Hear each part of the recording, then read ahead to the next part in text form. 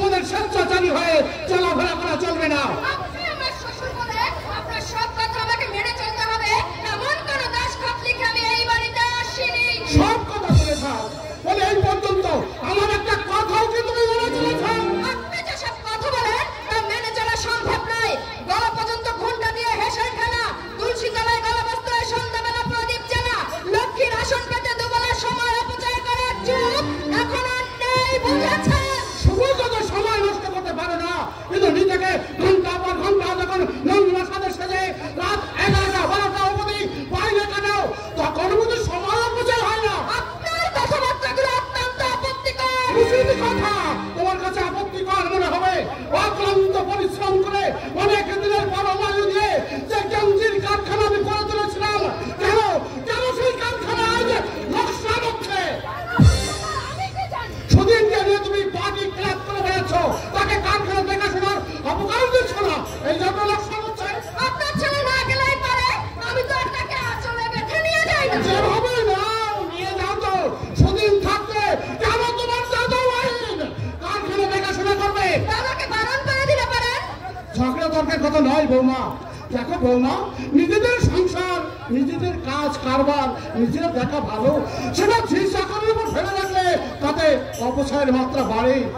আমি আমি অসুস্থ মানুষ, আমার তো ইচ্ছা হয় তোমাদের সকলকে আপন করে কাছে পেতে সুমন্ত তোমাদের স্নেহের পাত্র হয়ে কেন সে ছন্ন ছোঁয়ার মতো ঘুরে বেড়ায়, তার প্রতি তোমাদের দায়িত্ব আছে, কর্তব্য আছে। না, একটা মাতাল বুয়ার যে গুরুজনদের কখনো এতটুকু সম্মান দেয় না, তার প্রতি আর যারই কর্তব্য থাক আমার নেই। মাতাল বা গুয়া হয়ে সে কিন্তু জন্মালি।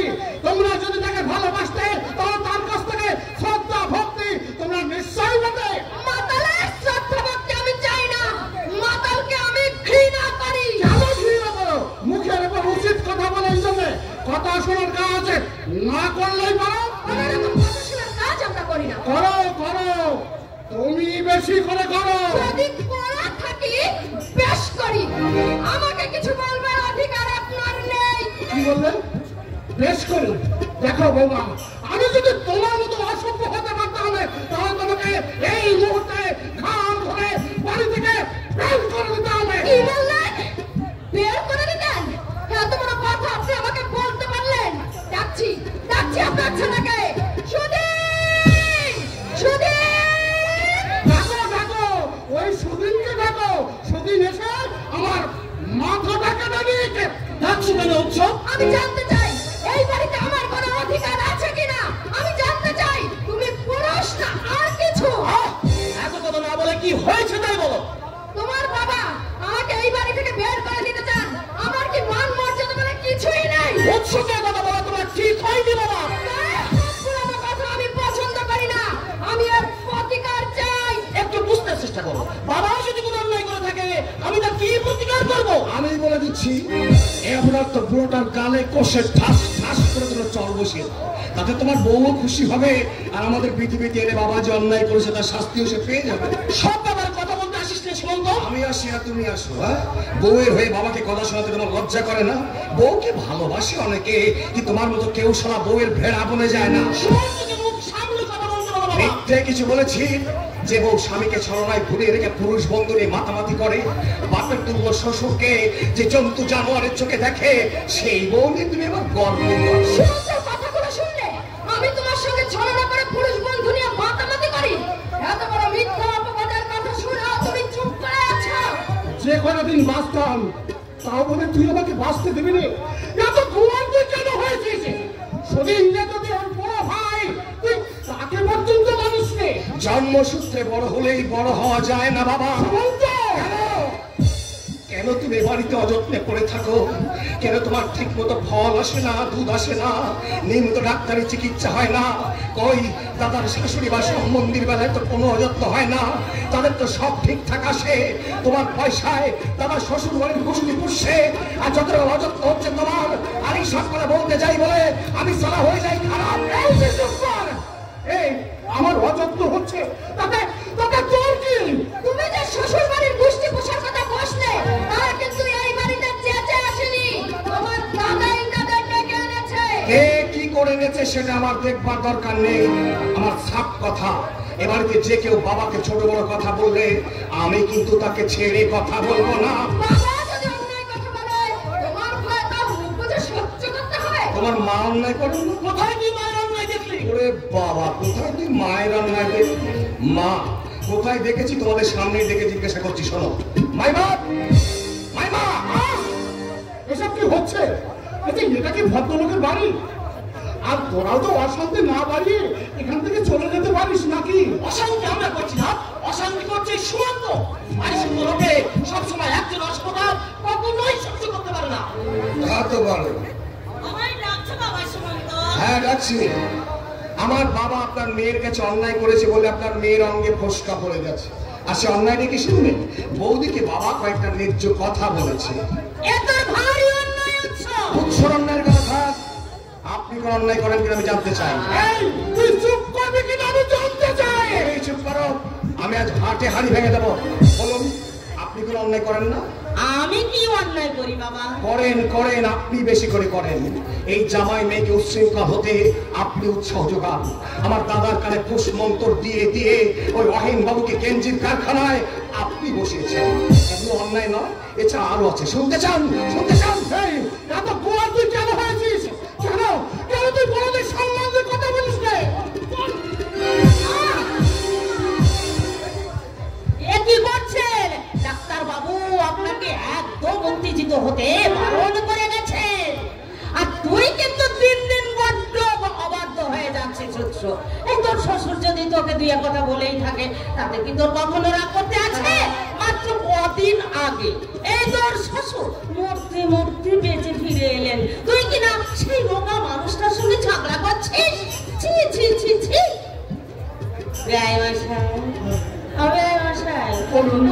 ছেলে মানুষ, ওর কথায় আপনি রাগ করবেন না। আর রাত করে বা কি করবো? সবই হচ্ছে আমার আমার এই ভাগ্য। কি চেয়েছিলাম আর কি হয়ে গেল? আপনার চা জল খাবার দেওয়া হয়ে গেছে। যাচ্ছি। বৌমা, তুমি তুমি কিছু মনে করো না। এই বাড়িতে আমার অধিকারের সীমানাটাকে দিন দিন ছোট হয়ে আসছে। আমি আমি তো বুঝতে পারিনি মা। আমি বাবা সুমন্ত, তুমি এখন বড় হয়েছো, ভালো মন্দ তুমি সবই বোঝো।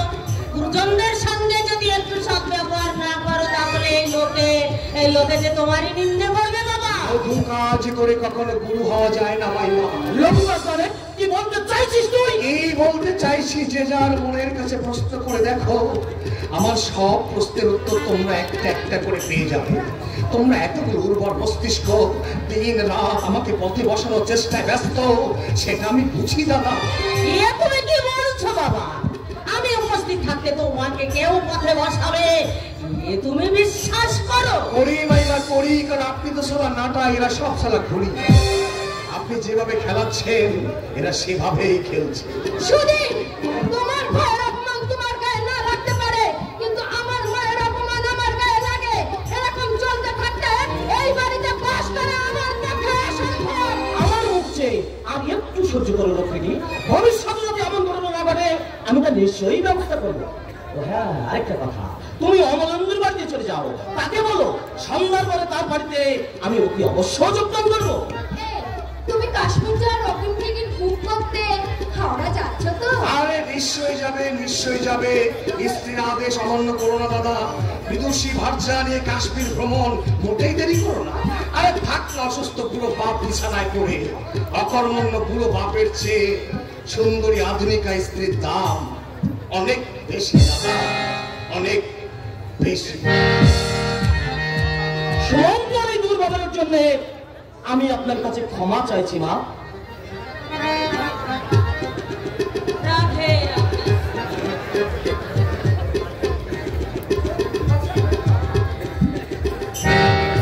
ওর প্রতি হাস্য কোনোদিন হবে না। শ্বশুরের মন বিগড়ে দিয়ে আপনারটা একেবারে না ঘুচিয়ে ছাড়বি না। এই আগে তোর শ্বশুর মশাইয়ের গায়ে হাত বুলিয়ে কাজটা হাসিল করে নিয়ে তারপর চা খুশি তাই করিস। বিয়ে মশাই সেদিন বলছিলেন আমি সুদিনের মতিগতি খুব একটা ভালো হচ্ছে রে, তাই বাকি বালিগঞ্জের এই বাড়িটা না আর না সবই সুমন্তের নামে লিখে দেবে। লিখে দিলেই হলো, আইনের জোরে আমাদের অর্ধেক আমরা আদায় করে নেব। বোকা বোকার কাকে বলে? আর অর্ধেক নিয়ে সুমন্তেরই তো লাভ হয়ে যাবে। পুরোটা পুরোটাই যাতে আমাদের হাতের মুঠোর মধ্যে চলে আসে সেই চেষ্টাই করতে হবে। বেশ, তবে তাই করো। তুই যখন সুদিনকে নিয়ে পার্টি ক্লাব করে বেড়াচ্ছিস তাই কর, তাহলে আমাদের কাজের সুবিধা হয়ে যাবে। যে সুমন্ত কথাই কথাই আমাদের এত অপমান করে, সেই সুমন্তকে পায়ের তলায় ফেলে যদি টিকতে না পারি তবে আমার নাম রঞ্জনাই।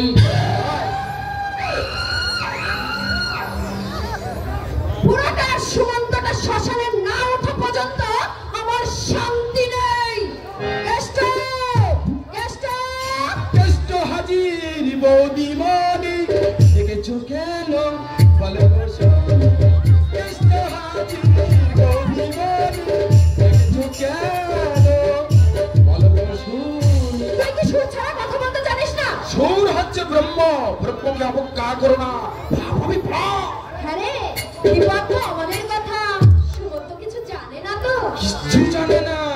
এখন তুমি যদি আমি যদি কি অমলে মল ফেলে দাও, দীপক যদি নিচে জ্বালাও, ওকে চাপে তবে এলোর কীর্তি, পাওয়া মরে বন্ধ হবে, বিপদ সকল চিনে যাবে, রাখে সবার চলে যাবে কীর্তি।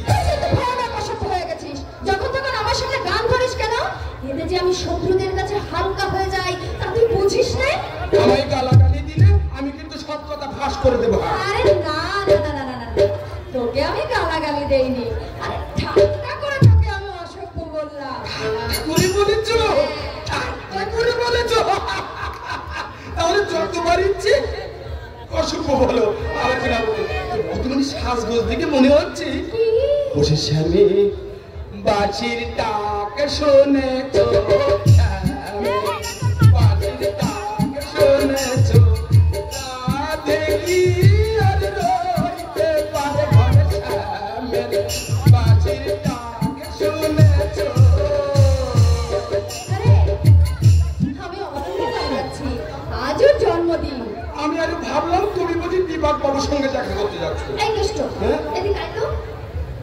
আয় না।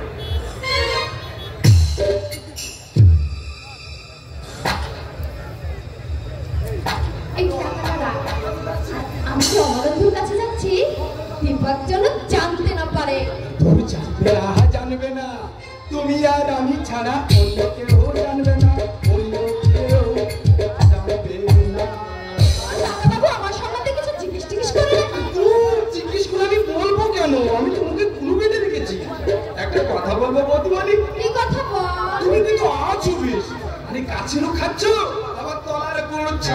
এই জন্য বুঝি তুই আমাকে খুব খারাপ ভাবিস? মোটেই না, মোটেই না। পাঁচ স্বামীর ঘর করে দ্রৌপদী যদি সতী হতে পারে, পাঁচ দেবতা সন্তান পেটে ধরে কুন্তী যদি মহাসতী হতে পারে, তবে তোমাকে আমি খারাপ ভাববো কেন? দেবতাদের মধ্যে যা চলছে মানুষের মধ্যে তা চলবে না কেন?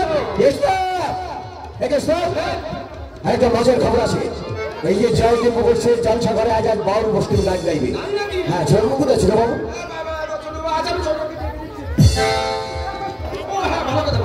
তুমি তত করে বৌদ্ধমণিকে একটা গান শুনিয়ে দাও, শুনলে বৌদ্ধমণি ভীষণ খুশি হবে। আরে গান গাইতে গেলে জমিদার বাড়িতে যেতে দেরি হয়ে যাবে। এ বাবু দেরি হবে না, ভারী তো রচনা করেছো। তাহলে গাইব। আহা কি যুগ করেছে হায় রে, এখন এই যুগ করেছে হায় রে, আহা কি যুগ করেছে হায় রে, দেখো এই যুগ করেছে হায় রে, ঘরের বধুরায় না খাবে আর পুরুষে পরন সেতে 26,000 গায়ে ঘরে যুগ করেছে হায় রে, দেখো এই যুগ করেছে হায় রে, আহা কি যুগ করেছে হায় রে, দেখো এই যুগ করেছে হায় রে।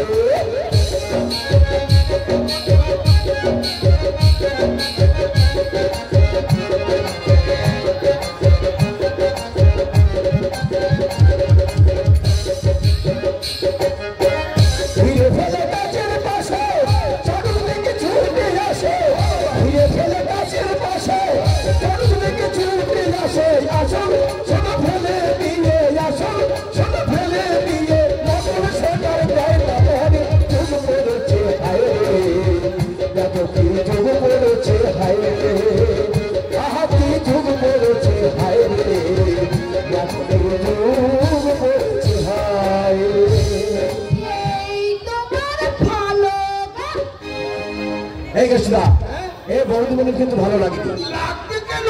তুমি তোকে জিনিস দিয়েছো। কি? চোখের মুখে চুল দিয়েছ। ওরে বৌদি বলি তাই লাগেনি ভালো, চোখের মুখে চুল দিয়েছে।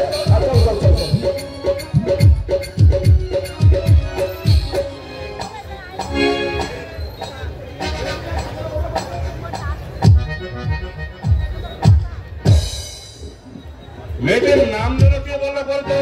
আমি কঙ্কবতী। তবে কঙ্কবতীর নাম না হয়ে নাম হওয়া উচিত ছিল রসমতী। কেন? আরে দেখলেই বুঝতে পারবেন মেয়েটির ছিল একেবারে রসের টইটুকুর, ডালিমের রসের মতো একেবারে টইটুকুর যেন ভরা আছে।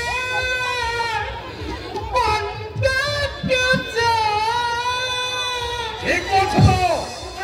তোমার বাড়ি বলার স্বভাব আছে। আমি কমিয়ে বলেছি আপনি রণদেব মুখোপাধ্যায় ছেলে জয়দেব মুখোপাধ্যায়।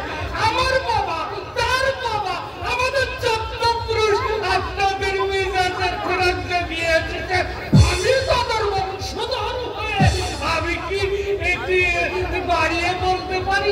এই পর্যন্ত যতগুলো নারী আপনার সেবায় লাগিয়েছি তার চেয়ে কঙ্কবতী সবার সেরা। কঙ্কাবতীর বাড়ি কোথায়? বাড়ির কিছু নেই, বাউল বৈষ্ণবী পূর্ব পাড়ায় আঁকড়ায় চাইলে চলছে, সঙ্গে তার বাবা আছে, অন্ধ বাবা। কিন্তু তুমি তো জানো পরিতোষ, আমি মোটেই গানের ভক্ত নই। আরে আরে গান তো উপলক্ষ মাত্র আসি না, আপনি যার ভক্ত তাই পাবেন। কঙ্কবতীর বাবার সঙ্গে সে ব্যাপারে কথাবার্তা আমার হয়ে আছে। জমিদার বাড়ি চলছে করে আজ বাউল বৈষ্ণবীর গানের লড়াই হবে। উপরন্দকে আসতে বলে তুমি ভুল করেছ। উপরন্দনে নিশ্চয় তার সঙ্গে অন্য কেউ আনবে। আরে আসে আসুক না, আমি তাদের বুঝিয়ে দেব জয়দেব মুখুজ্জে এখন নারী প্রেমে আসক্ত নয়, এখন তিনি ভগবত প্রেমে বিশ্বাসী। যদি বলে জলসা করেন যুবতী বাউল বৈষ্ণবী কেন, আমি তাদের বুঝিয়ে দেব মনকে সংযমনী করা এও এক শব্দ তুষার জল, অথচ পার করবো এর চেয়ে বড় সাধনার কি হতে পারে? জীবনটা ভোগের জন্যে নাকি বড় পরিতোষ? নিশ্চয়ই একথা সহজেও মানে। দেখা করিনি, ছেলে মেয়ে কেউ নেই, এত সম্পত্তি টাকা পয়সা দিয়ে কি হবে? জীবনে যে কটা দিন আছি এমনি ভাবে আনন্দ ভক্তি করে কাটিয়ে দেব। আগে বিয়ে করেননি, তবে বিয়ে যা করেছে তাহলে তাতে বৃষ্টি হয়ে গেছে। তার জন্য একমাত্র বাহবা পেতে পারো তুমি। আমার জন্য তুমি অনেক ভালো পরিতোষ, তাই আমিও তোমার জন্য ভেবে রেখেছি। হাত কাপড়ে টাকা বন্দোবস্ত করে নেব। একেই বলে জমিদারি মেঘা, সব বুঝে কোপ মারতে পারলে নগদ নারায়ণী আমদানি কোনো অসুবিধা হবে না, কোনো অসুবিধা হবে না।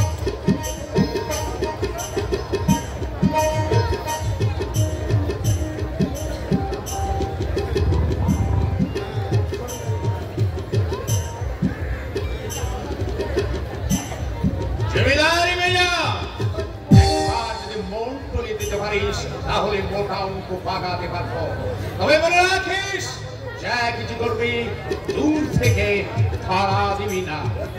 মন নিয়ে এমনি ছলনার খেলা খেলতে আর আমি পারছি না বাবা। আমি যে বড় ক্লান্ত হয়ে পড়েছি।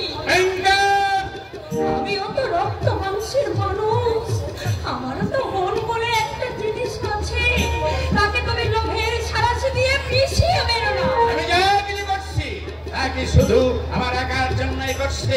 এভাবে মানুষ ঠকিয়ে টাকা উপার্জন করতে আমি চাই না বাবা। কি চাস তুই? মুক্তি। আমার জন্য? আমি মুক্তি চাই বাবা।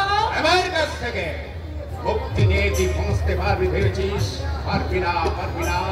10 জনে মিলে তোর দেহটাকে টেনে ছিঁড়ে খাবে।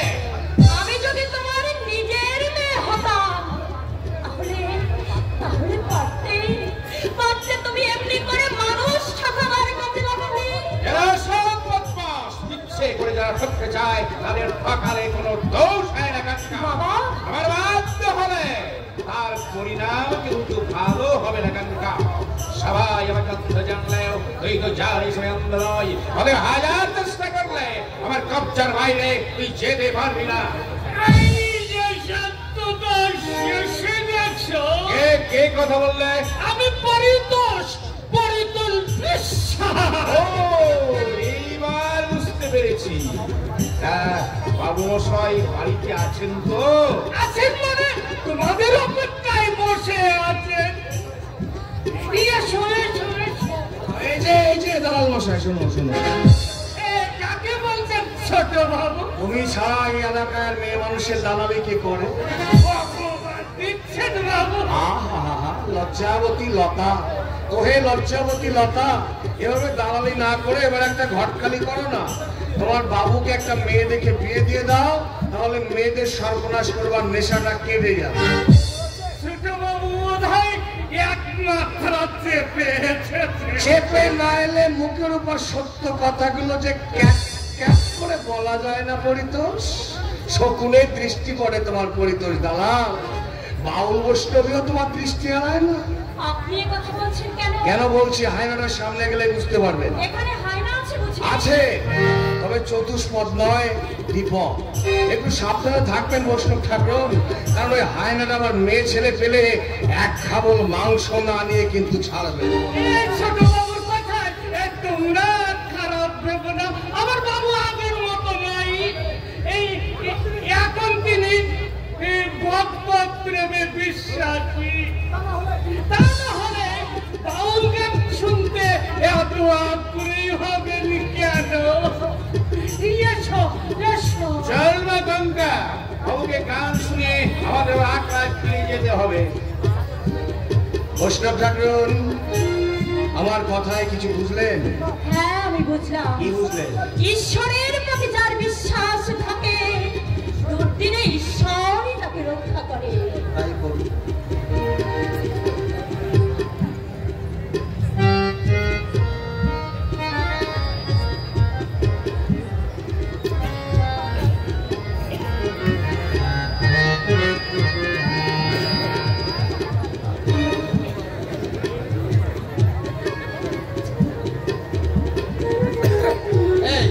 বৈষ্ণবীকে কেমন দেখলি? সারা যেন আগুনের ফুল কিনে বিশ্বামিত্র মুনির বাবারও ধ্যান ভাঙিয়ে দেবে। ঝাঁপ দিবি নাকি ওই আগুনে? আরে খেপেছি, ঝাঁপ দিলেই তো পুড়ে মরতে হবে। সে কি রে? কেন বন্ধু শোনোনি? এই যে প্রেম প্রীতি ভালোবাসা এ বড় বিষম জিনিস। একবার ওই ভাবে পা দিয়েছো কি মরেছো। ওই যে কথায় বলে না, কি ওরে পিরিতি, ওরে পিরিতি কাঠালে রাঠা, ওরে পিরিতি কাঠালে রাঠা, সে আঠা লাগলে পরে ছাড়ে না। গোলে মানে পিরিত করো না। ওরে পিরিতি কাঠালে রাঠা, ওরে পিরিতি কাঠালে রাঠা লাগলে পরে ছাড়ে না। গোলে মানে পিরিত করো না। গোলে মানে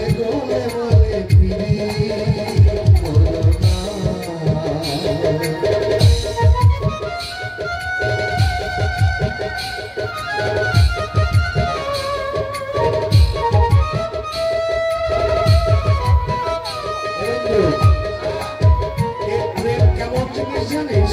চিঠে গুড় দেখেছিস? পিঁপড়ে পড়লে আর পড়তে পারে না, এও চুক্তি। আসল চন্দ্রের ফুল ও সে যে আলেকলতার মূল, ও ভাবনা যে মেয়ে করলে পীড়িত জীবের পক্ষে ভুল।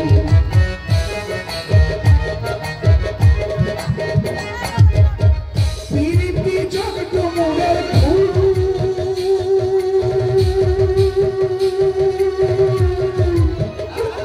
সে যে আলেকলতার মূল, ভাবনা যে মেয়ে করলে পীড়িত জীবের পক্ষে ভুল। যেমন চিটে গুড়ে পিঁপড়ে পড়লে, যেমন চিটে গুড়ে পিঁপড়ে পড়লে চড়তে চড়তে পারে না, গোলে মালে পীড়িত করো না, গোলে মালে পীড়িত করো না।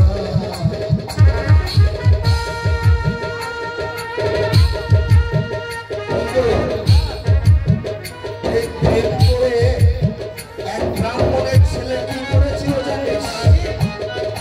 শালা ধোপার মেয়ের পা দিয়ে জল খেয়েছে। আর তুমি আমাকে বলছো প্রেম করতে? তাহলে শোন, ছিল এক ব্রাহ্মণের ছেলে, সে যে বড়ই খিটকেলে, ও পীড়িত করে ধোপার মেয়ের পা ধুয়ে খেলে।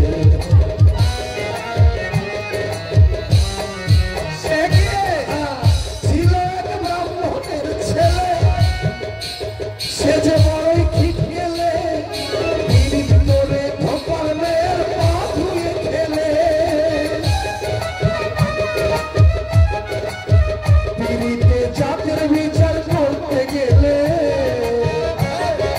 জাতের বিচার করতে গেলে মিলবে না চাঁদের কণা, গোলে মালে পীড়িত করো না, গোলে মালে পীড়িত করো না, গোলে মালে পীড়িত করো না, গোলে মালে গোলাম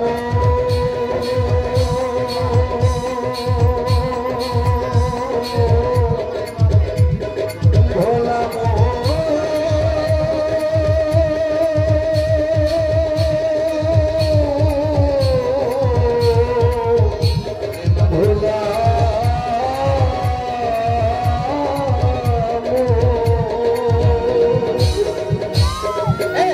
তুই কি সত্যি সত্যি কোনোদিনই বিয়ে করবি না? মদ খেতে সময় পাইনি বিয়ে করবো কখন? আর তাছাড়া মাতালকে কেউ মেয়ে দেবে না। ও কথা বলছিস কেন? নয়নের সঙ্গে তোরই তো বিয়ে হওয়ার কথা ছিল, কিন্তু তুই নিজে বিয়ে না করে আমার ঘরে চাপিয়ে দিবি। ভাগ্য উল্লি ভাগ্য, ভাগ্য ছাড়া বউ মেলে না। আমার ভাগ্যে ছিল নয়নকে চাওয়া, আর তোর ভাগ্যে ছিল পাওয়া, তাই পেয়েছিস। এই চল ওই বাউল গান শুনিতে চল। হ্যাঁ তাই চল।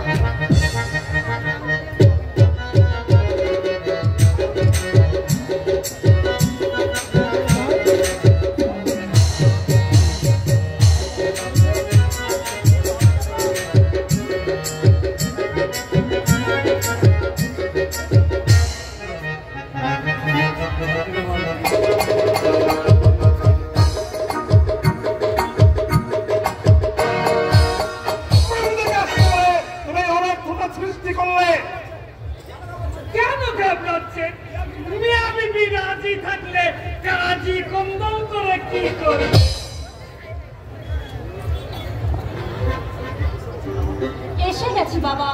আচ্ছা মা,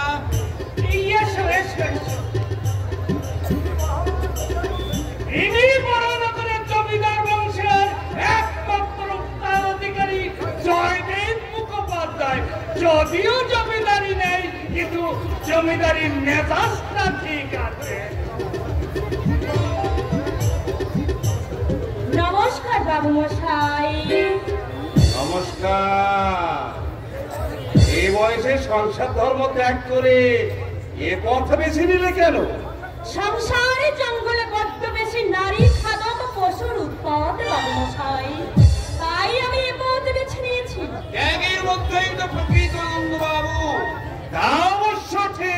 কিন্তু তোমার মেয়ের যা বয়স, তার পক্ষে ভোগের আশা ত্যাগ করা মোটেই সম্ভব নয়। ভোগের ইচ্ছা মনকে ক্ষতবিক্ষত করে দিলে সাধন ভজনের পথে কখনো এগোনো যায় না। ভোগ হচ্ছে মহাকালের ক্ষুধার চেয়েও ভয়ঙ্কর। পথের শেষ আছে, সাগরেরও শেষ আছে, কিন্তু ভোগের কোনো শেষ নেই। সামনে লোভের বস্তু দেখলেই ভোগের খিদে বেড়ে যায়, তাই না বাবু মশাই? তুমি বেশ কথার কায়দা জানো দেখছি। কথার কায়দা জানাই মানুষের কোনো ক্ষতি হয় না, কিন্তু স্বার্থ উদ্ধারের কায়দা জানাই মানুষের অনেক ক্ষতি হয়। বাহ বাহ বাহ বাহ বাহ বাহ, মক্ষম একখানা ছাড়লে তো যেমন সারা বেয়ারা অসুখ তেমনি করা দাওয়া। এর অর্থটা কি বুঝেছো তো জয়দেব দা? এসো এসো সুমন্ত, এসো। আমি তোমার কথাই ভাবছিলাম। খুব ভালো সময় তুমি এসেছো। আজ এই জমিদার বাড়ির জলসা করে বাউল গানের লড়াই হবে। হ্যাঁ, এটাই তো আমার কাছে বিস্ময়। জমিদারের জলসা ঘরে অর্থ লাগলো ঘুরে শব্দের পরিবর্তে বাউলের একতারার উদাস করা সুর বাজবে। ব্যাপারটা আমার কাছে কেমন খটকা ঠেকলো তো, তাই না এসে পারলাম না। পরিবর্তনশীল জগতে বিচিত্র কিছু নয় সুমন্ত।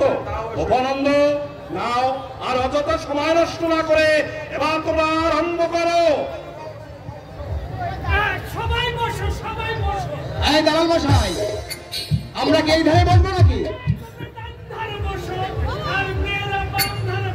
জয়দেব দা, তুমি বলে দাও প্রথমে কে গাইবে? প্রথমে বাউল দিদিমণি গাইবেন।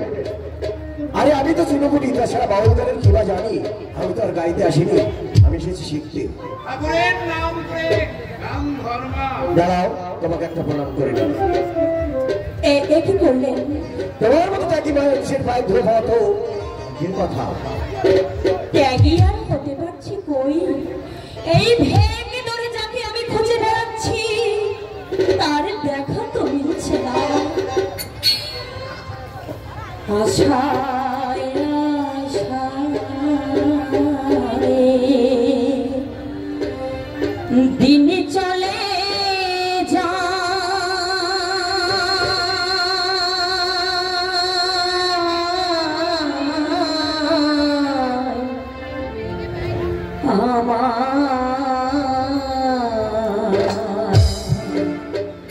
সুজনে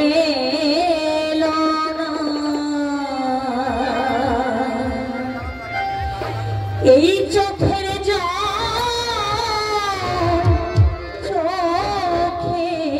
সুখায় কেউ মোছালো না।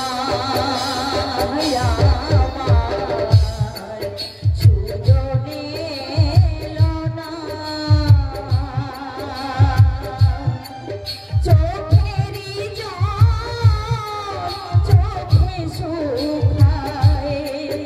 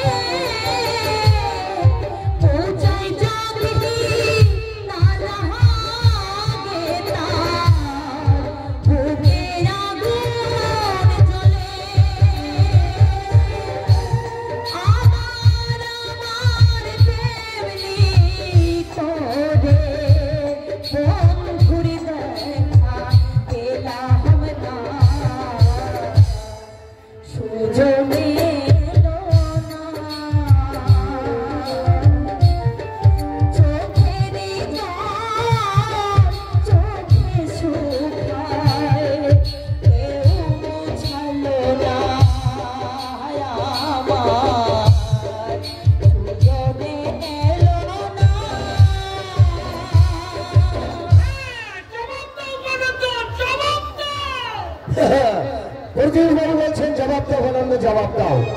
জবাব তোমাকে দিতেই হবে, কারণ এই বাউল গান শুনবার তরে মানুষ এসেছে হাজারে হাজারে, কথা কবু মিথ্যা নয়।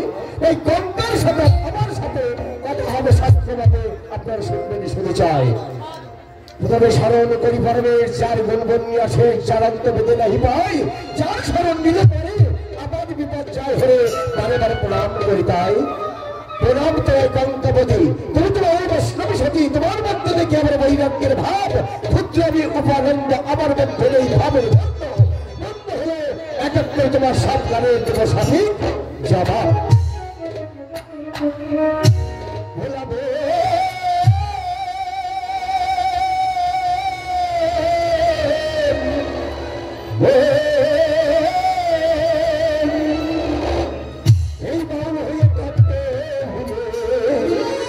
এই বাউল হয়ে কাঁদতে হলে কাঁদো নিচে এই হৃদয় মাঝে খুঁজলে পাবে ব্রহ্ম সনাতন, হৃদয় মাঝে খুঁজলে পাবে ব্রহ্ম সনাতন। বাউল হয়ে কাঁদতে হলে, বাউল হয়ে কাঁদতে হলে, বাউল হয়ে কাঁদতে হলে কাঁদো নিচে হৃদয় মাঝে খুঁজলে পাবে ব্রহ্ম সনাতন, এই হৃদয় মাঝে খুঁজলে পাবে ব্রহ্ম সনাতন।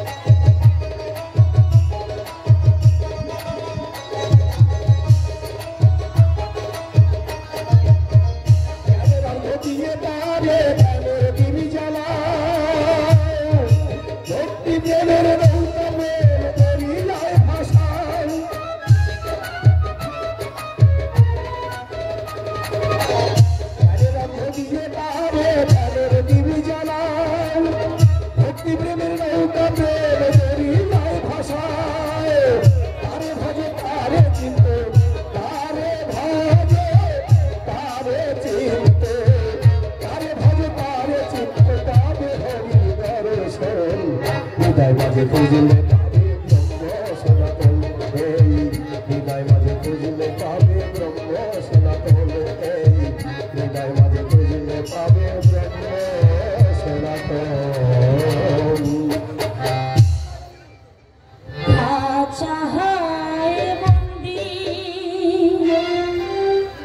পাখি যেমন দুঃখে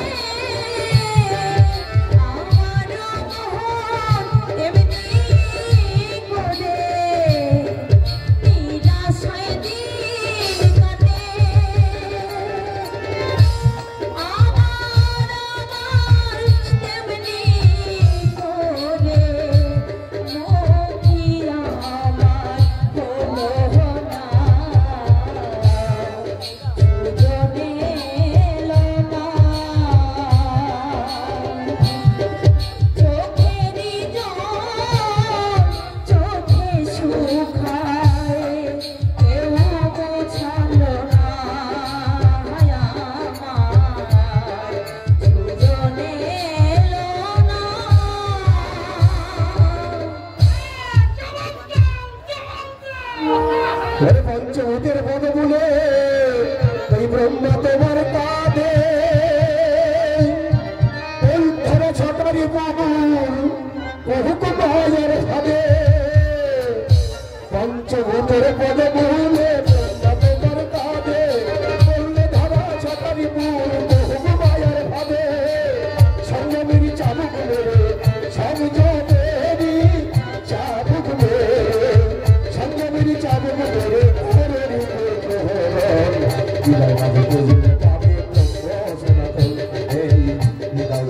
বুঝলে পাবে ব্রহ্ম সনাতন বাউল হয়ে তাতে হবে বাউল হয়ে তাতে হবে বাউল হয়ে তাতে হবে পাবে নিচে লতাবন বিদায় বাজে বুঝলে পাবে ব্রহ্ম সনাতন এই বিদায় বাজে বুঝলে পাবে ব্রহ্ম সনাতন এই বিদায় বাজে বুঝলে পাবে ব্রহ্ম সনাতন। আমি করবো বললেই তোর সবই কিছু করা যায় না। এই দেহ যার দান তার ইচ্ছা ছাড়া তো কিছুই হয় না। তিনি কর্তা আমরা কর্ম, তিনি যন্ত্রী আমরা যন্ত্র। যেমন করে বাজাও যন্ত্র তেমনি করে বাজি যে রূপেতে সাজাও রে সেই রূপেতে সাজি।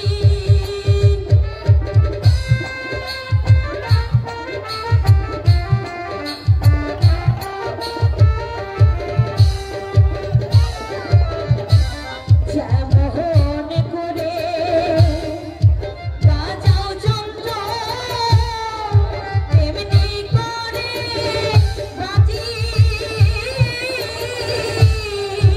যে রূপেতে সাজাও রে সেই রূপেতে সাজি। বৃথায় আমি সাজলাম বাউল করুণা তার হলো না সুজন এলো না চোখেরই জল চোখে শুকায় কেউ বোঝালো না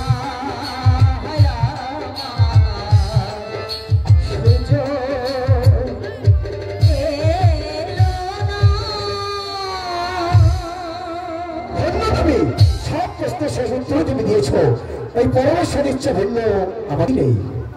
অপূর্ব হয়েছে, অপূর্ব হয়েছে। এই না হলে লড়াই, যেমন প্রশ্ন তেমনি উত্তর। অপারন্দ, তোমার মধ্যে যে এত গুণ আছে আগে জানতাম না তো। ব্যবহারের কথা বলুন, ব্যবহারের কথা বলুন, ব্যবহারটা মধুর। ঈশ্বর দেহ নিয়ে আমি এই পৃথিবীতে এসেছি বাবু, আজ আছি কাল ঘুরে যাব, এই ব্যাপারটাই তো মনে থাকবে। আশায় আশায় দিহিনী চলে যায়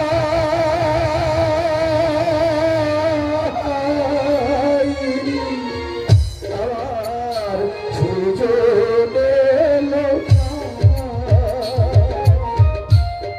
চোখেরই জল চোখে শুকাই কেউ চলো না সুজনে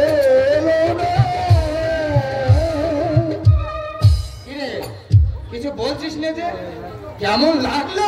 দেখ বাস, জীবনে যদি আমার কিছু ভালো লেগে থাকে তাহলে এই বাউল গানের লড়াই। বৈরাগ্যের মধ্যেও রস আছে।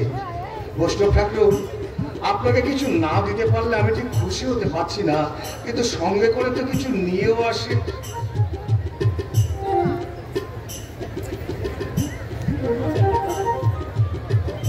এই টাকাটা যদি নেন আমি খুব খুশি হব।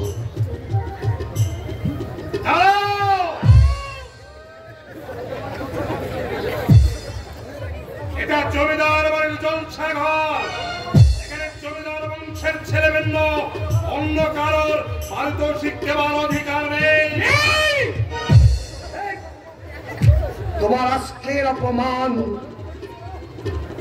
আমি মনে রাখবো জয়দেব মুখোপাধ্যায়। হঠাৎ কেন তুমি বাউল গানের ভক্ত হয়েছো সেটা আর কেউ না বুঝলে আমি কিন্তু ঠিক বুঝেছি, কিন্তু আমি তোমাকে বেশি দূর এগোতে দেব না। তুমি ভালো করে জানো আমি মুখে যা বলি কাজেও ঠিক তাই করি। তবুও যদি এগোবার চেষ্টা করো এই জয়দেবকে পরাজয়ের কালি মাখতে হবে। তুমি কিন্তু বড্ড বেশি বলছো। একদম বেশি বলছি না, যা করবো ঠিক তাই বলছি। অশোক ঠাকুরন, আকড়ায় চলে যান। এই হায়নারা যদি আকড়ায় উপদ্রব করে একটা মাত্র খবর দেবেন, তাহলে হায়নার লোভী দাঁতটা আমি উপড়ে দেব। অশোক ঠাকুরকে কি বললাম নিশ্চয়ই শুনতে পেয়েছ। এই বসো, চলে যায়। যে অহংকারে তুমি এক সীমান্তকে অপমান করলে, সে অহংকার তোমার স্বভাবে তো তখন যখন তোমাদের জমিদারি ছিল। আজ তুমিও যা, আমরাও তাই।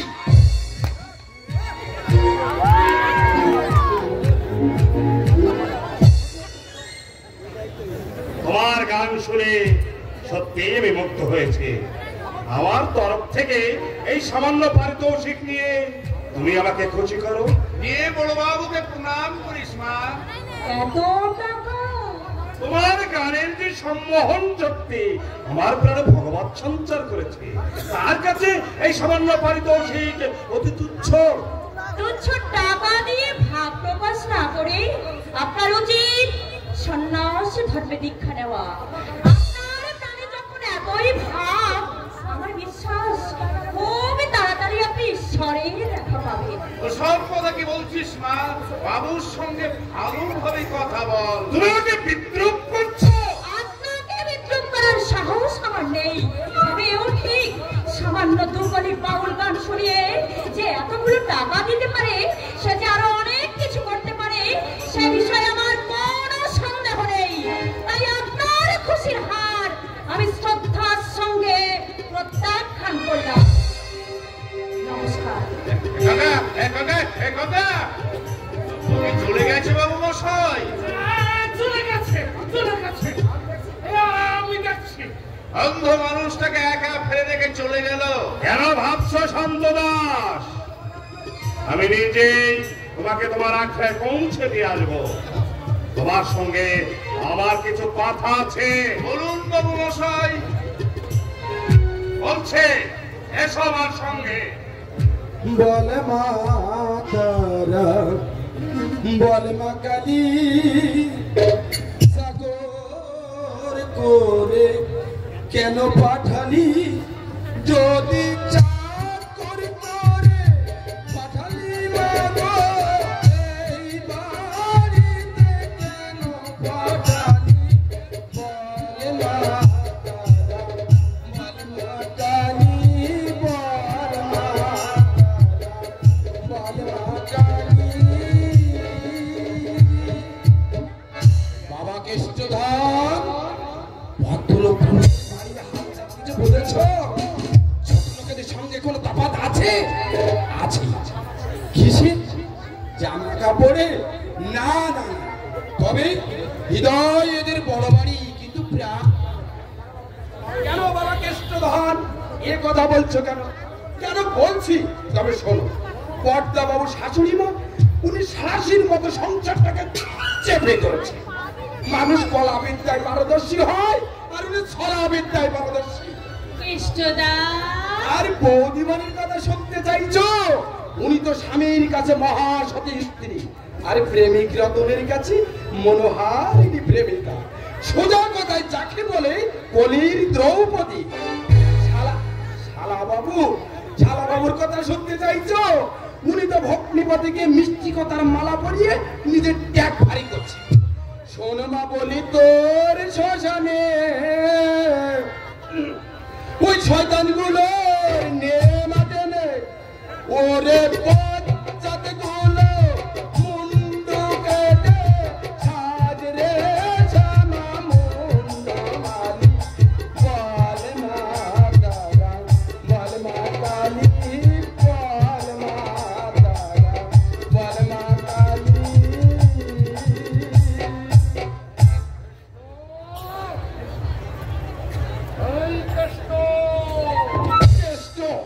কেষ্টর জন্য বাপকারী চাকর।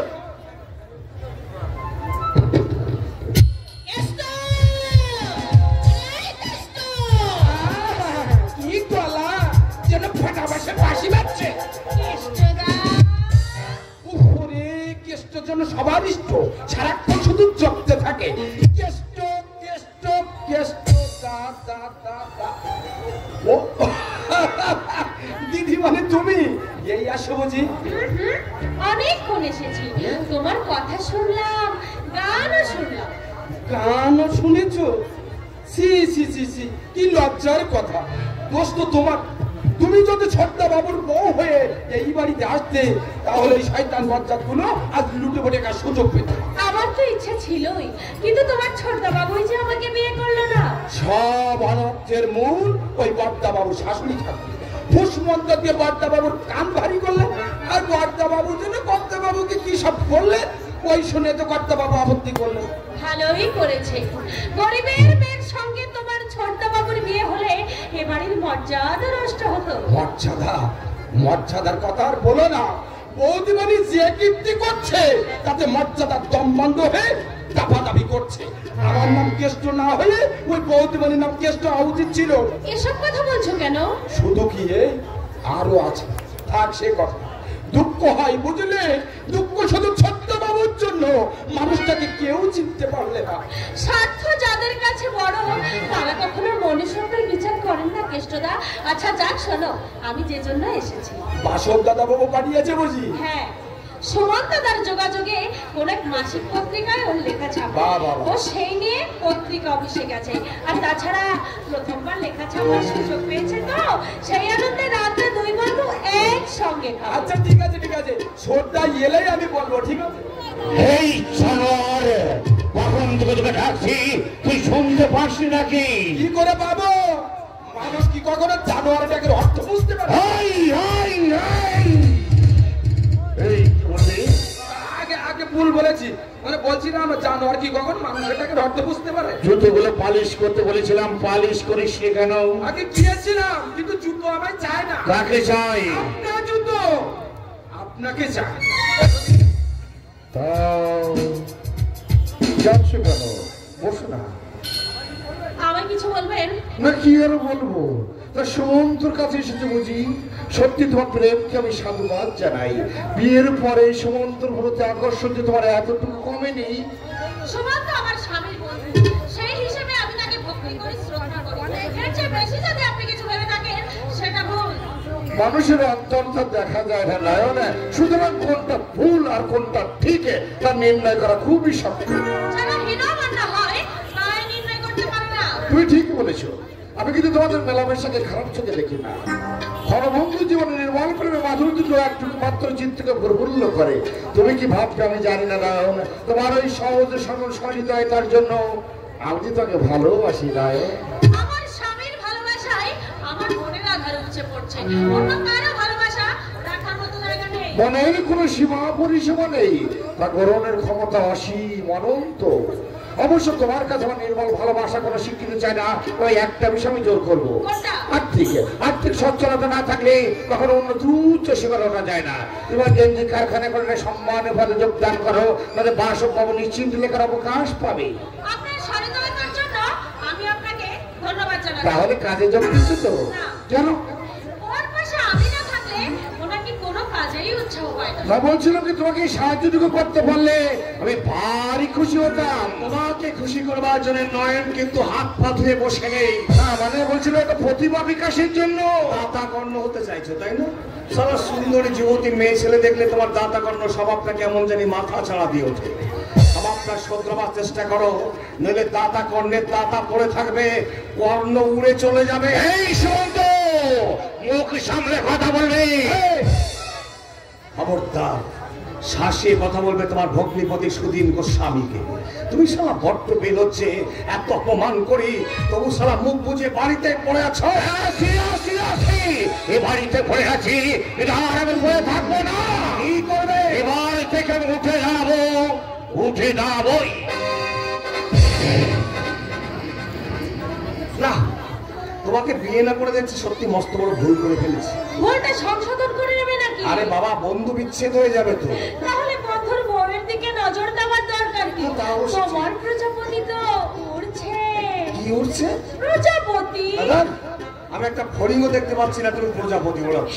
বাউল গান কেমন লাগলো? বাউল গান সত্যি বলতে কি খুব ভালো লেগেছে। শুধু কি গানই ভালো লেগেছে, আর কিছু ভালো লাগেনি? এই ভালো লাগার মতো আর কিছু ওখানে ছিল নাকি? কোঠিটা বদল করে ফেলো না, তাহলে বন্ধুর বউ আছে বলে বন্ধুকে আর হিংসে হবে না। তুমি খুশি হবে নয়ন? সত্যি খুশি হব। এখন তো আপনজন কেউ তোমার পাশে থাকলে আমি একটু নিশ্চিন্ত হতে পারি। আচ্ছা শোনো, রাতে খাওয়ার কথাটা মনে থাকে যেন।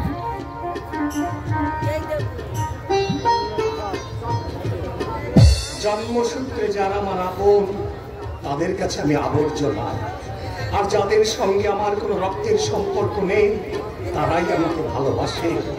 ধন্য তুমি স্বার্থ, অনর্থ সৃষ্টিতে তোমার জুড়ি মেলা ভাব, জুড়ি মেলা ভাব। তুমি কি চাও আমরা বাড়ি ছেড়ে চলে যাই? চলে যাওয়ার কথা বলছি কেন? ইডিয়েটের মতো কথা বলো না। কেন বলছি তা জানো না? আমাকে, দাদাকে, মাকে যখন তখন অপমান করার সুযোগ পাই কোত্থেকে? কি হয়েছে ব্যাপারটা ভালো করে শুনতে দাও। নতুন করে আবার কি শুনবে? তোমার ভাইয়ের স্বভাব তুমি জানো না? তোমরাও তার সঙ্গে এমন কিছু ভালো ব্যবহার করো না যাতে তার কাছ থেকে তোমরা ভালো ব্যবহার আশা করতে পারো। সৌজন্য স্বাধীনতা বোধ যার নেই, ভদ্রতার যে কোনো ধার ধারে না, তার সঙ্গে কেউ মানিয়ে চলতে পারে না। তুচ্ছ বিষয় নিয়ে নিজেদের ভিতরে ঝগড়াঝাটি করছিস কেন? সুমন্ত শতদোষ করলো, সে সুদিনের আপন ভাই, তাকে মানিয়ে তোকে বা সুদিনকে চলতে হবে। তোরা যাতে বাধ্য, আমি তো যাতে বাধ্য নই। মানে আত্মসম্মান এখান থেকে চলে যাওয়াটাই ভালো। হয় না তোমারই অনুরোধে আমি আমার চাকরি ছেড়ে দিয়ে কারখানা দেখাশোনার দায়িত্ব নিয়েছিলাম, কিন্তু আর এখানে আমার থাকা সম্ভব নয়। এখান থেকে চলে গেলে আমার সাময়িক অসুবিধা হবে বটে, তবে আমি তো অশিক্ষিত পঙ্গু নই। ও মা তো, মাকে দুবেলা দুমুঠো ভাত দিতে আমার কোনো অসুবিধা হবে না। দীর্ঘদিন ধরে তুমি কারখানা দেখাশোনা করছো অহিন্দা, হঠাৎ চলে গেলে আমার খুব অসুবিধা হবে। তোমার অসুবিধার জন্য তো দাদা তার আত্মসম্মান বোধ করতে পারে না। আত্মসম্মান বোধ তাহলে তোমাদের আছে? তুমি কি মনে করো নাই? না, নেই। আত্মসম্মান বোধ থাকলে তোমার দাদা নয়নকে প্রেমের পুলিশ শোনাতে পারতো না। আত্মসম্মান বোধ থাকলে তুমি এক গাদা দাদা জুটিয়ে যেখানে সেখানে বেহায়াপনা করে বেড়াতে পারতে না। আমার ধৈর্যের একটা সীমা আছে সুমন্ত, ভবিষ্যতে যদি সাবধানে না চলিস তোর পরিণাম অত্যন্ত খারাপ হবে। জীবনে কোনোদিন ভালোবাসনি, অতএব শাসন ফলাতে এসো না।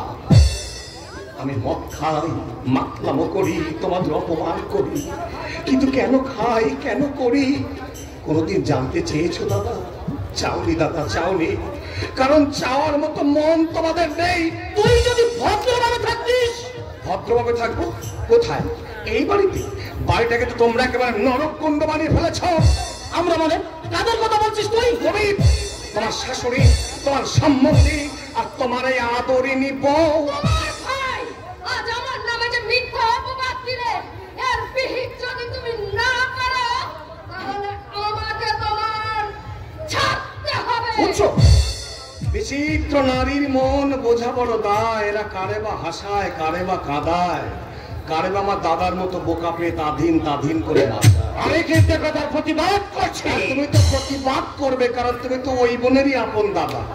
আমি তোকে শেষবারের মতো বলছি সুমন্ত, তোরা ঈদের স্বভাব যদি ছাড়তে না পারিস এই বাড়ি থেকে খার জলে বের করে দেবো। এই যে একটু আসতে, বাইরে যেমন তোমার বাবার তেমনি সালা আমারও বাবা, অতএব এই বাড়ি থেকে তাড়িয়ে দেওয়ার অধিকার তোমার নেই। অধিকার আছে কি নেই সেটা দেখতে চাস তুই? হ্যাঁ, দেখাও দেখাও। আমি বাড়ি থেকে চলে গেলে কারখানায় চুরির সুযোগ যে বহু গুণে বেড়ে যাবে সেটা তো আমি এই ভালো কথা করে জানি। মানে সুমন্ত প্রকারান্ত বলতে চাইছে আমি চোর, এরপরও তুমি আমাকে বাড়িতে থাকতে বলবে? শোনে, আর আমি তোকে ক্ষমার চোখে দেখবো না। আজ থেকে ভুলে যাব তুই আমার ভাই। হ্যাঁ, ভাইকে ভুলে গিয়ে সম্বন্ধীকে আঁকড়ে ধরো, উনি তোমার স্বর্গে ওটা সিঁড়ি করে দেবে। কই কুলাঙ্গার, বড় ভাইয়ের মুখে মুখে তর্ক করতে তোর এতটুকু সংকোচ হচ্ছে না? তোর এতখানি হতবদল হয়েছে, একথা আমি ভাবতে পারছি না। বড় ছেলের পক্ষ নিয়ে কথা বলতে আসা তোমারও কিন্তু উচিত হয়নি বাবা। সুমন্ত, বাবা, বাবা গো, কত সুখেই না তুমি আছো বাবা, কত সুখেই না তুমি আছো। বন্ধু বান্ধবী হোটেল পারে গিয়ে সুযোগ পায় না বলে আমার বাবা, আমার দাদা তোমার সেবা যত্নের জন্য বাড়িতে ঝি চাকর রেখে দিয়েছে।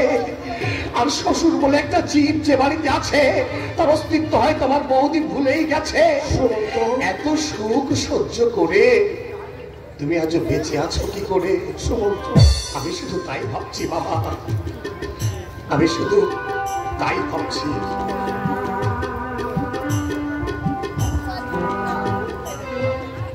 আর দাদা, তোমারও একদিন ভাঙবে।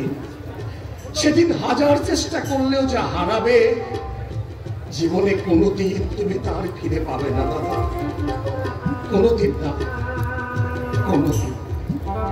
সুমন্ত কথাগুলো শুনলে বাবা? হ্যাঁ শুনলাম, ও ঠিক কথাই বলেছে।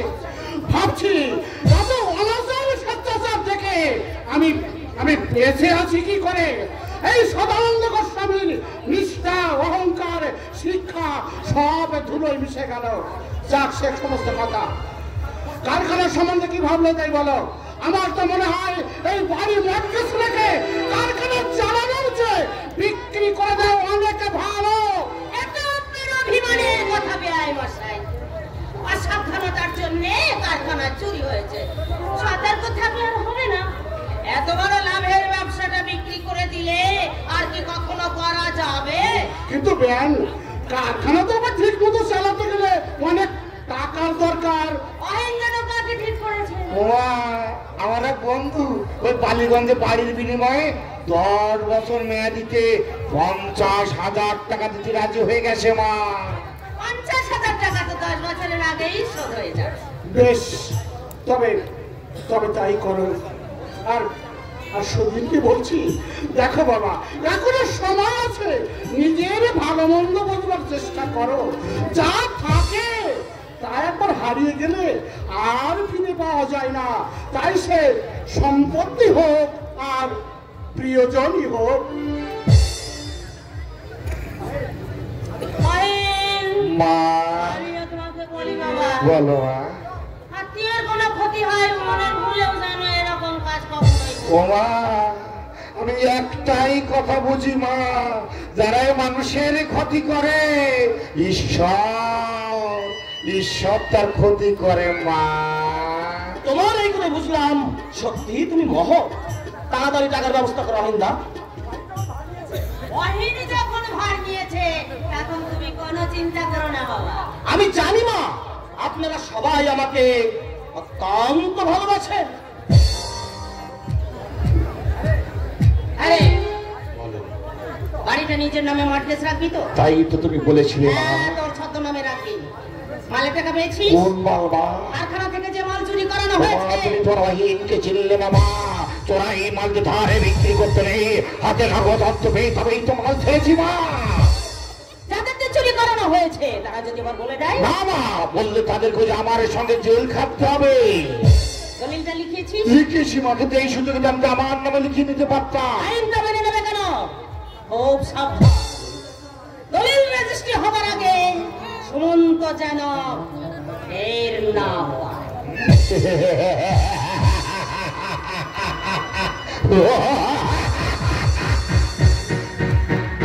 শুধু সুমন্তই নয় মা, শুধু সুমন্তই নয়, সুমন্ত বাবা ওই সদানন্দ গোস্বামীও টের পাবে না মা।